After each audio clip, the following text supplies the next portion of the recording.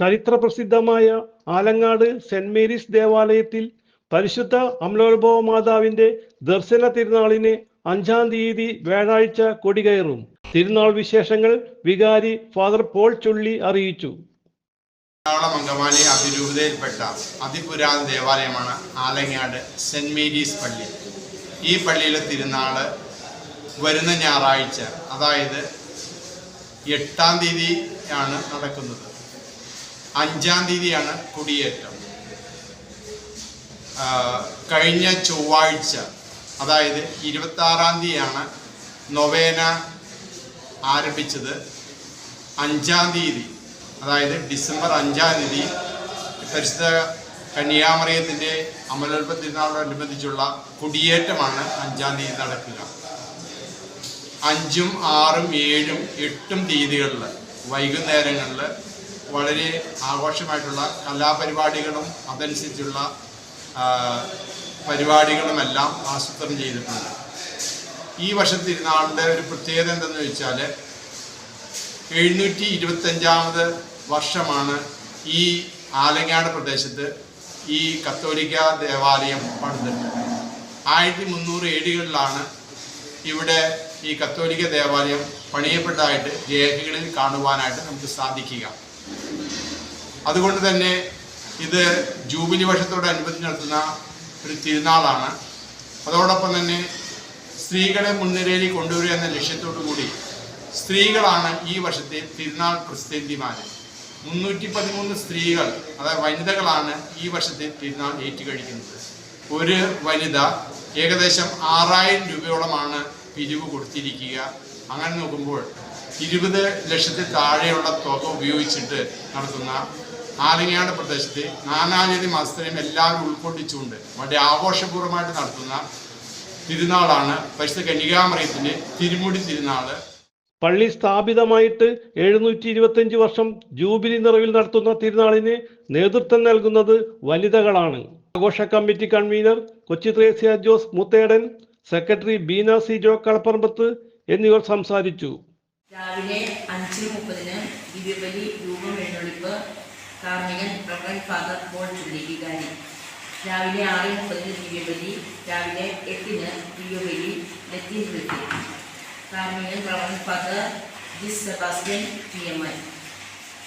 രാവിലെ 10-ന് ആഘോഷമായ ദിവ്യബലി.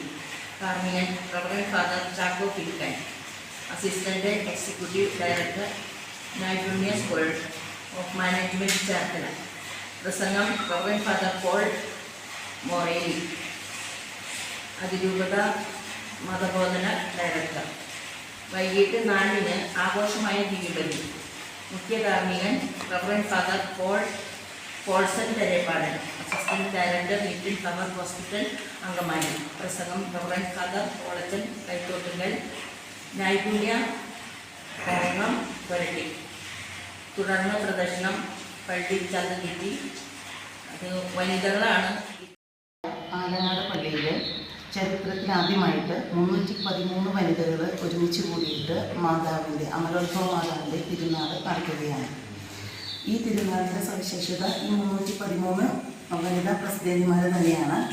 ഒപ്പം തന്നെ അതിൽ വനിതകളുടെ ശിങ്കാരമേളവും കൂടാതെ 100ഓളം വരുന്ന വനിതകൾ മാതാവിൻ്റെയും സെബസ്ത്യാനസിൻ്റെയും ഔസേപ്പിതാവിൻ്റെയും രൂപം എടുക്കുകയും ഞായറാഴ്ചത്തെ തിരുനാളിനോടനുബന്ധിച്ച് രൂപം എടുക്കുകയും ചെയ്യുന്നുണ്ട്. വൈസ് ചെയർമാൻ ബിനു കരിയാറ്റി വിശദീകരണം നൽകി. പ്രയാണം അദ്ദേഹത്തിന്റെ കമലത്തിൽ നിന്നും സ്റ്റാർട്ട് ചെയ്തു. കാരണം അതിരൂപതയിലൊക്കെ എന്താ പറയണേ, നിങ്ങൾക്കറിയാം, പത്രമാധ്യമങ്ങളിലൂടെയൊക്കെ അറിഞ്ഞിരിക്കുന്ന കാര്യമാണ്. അപ്പൊ അതുകൊണ്ട് ആ ഒരു സന്ദേശം ഉയർത്തിപ്പിടിച്ച് ഈ സഭയുടെയും അതിരൂപതയുടെയും ഏകീകരണത്തിന് വേണ്ടി പ്രവർത്തിച്ച അദ്ദേഹത്തിന്റെ ആ പേര് ഇപ്പോൾ വളരെ പ്രസക്തമാണ്. അതുകൊണ്ടാണ് നമ്മൾ ആ പരിപാടിയുമായിട്ട് ഈ ജൂബിലിയുടെ ഭാഗമായിട്ട് നടത്താനായിട്ട് ഉടനെ നടത്തി കഴിഞ്ഞ് ഇനി ഒരു പരിപാടി കൂടെ എൻ്റെ ബാക്കിയുണ്ട്. ഈ ദൈവശിക പ്രയാണം നമ്മൾ എറണാകുളം അതിരൂപതയിലെ 16 ഫൊറോന, 4 ജില്ലകളിലായിട്ട്. അപ്പോൾ ഈ 4 ജില്ലകളിലെ 16 ഫൊറോനകളിലും നമ്മൾ ഈ സന്ദേശവും ഈ ദൈവശിക പ്രയാണവുമായിട്ട് നമ്മൾ പോകും. അപ്പോൾ ഐക്യത്തിന്റെ സന്ദേശം എല്ലാവരിലും എത്തിക്കുക എന്ന ലക്ഷ്യമാണ് ഞങ്ങൾക്ക്. പരിശുദ്ധ മറിയത്തിൻ്റെ തിരുശേഷിപ്പ് വണക്കത്തിനായി വയ്ക്കുന്നത് തിരുനാളിൻ്റെ പ്രത്യേകതയാണ്. 8-ാം തീയതി ഞായറാഴ്ചയാണ് പ്രധാന തിരുനാൾ. തിരുമുടി എഴുന്നള്ളിപ്പ്, ദൃശ്യവിസ്മയം, ശിങ്കാരി, ബാൻഡ്, ചെണ്ടമേളങ്ങൾ, കലാപരിപാടികൾ എന്നിവയും നടക്കുന്നു. കൈക്കാരന്മാരായ PD Varghese Pollayil, Augustine Kurian Kandampuzha, Lucy പൗലോസ് മണവാളൻ, റോസി ജോണി പൈനാടത്ത് എന്നിവർ വിവിധ കമ്മിറ്റികൾക്ക് നേതൃത്വം നൽകുന്നു. CJ Joy, city voice reporter.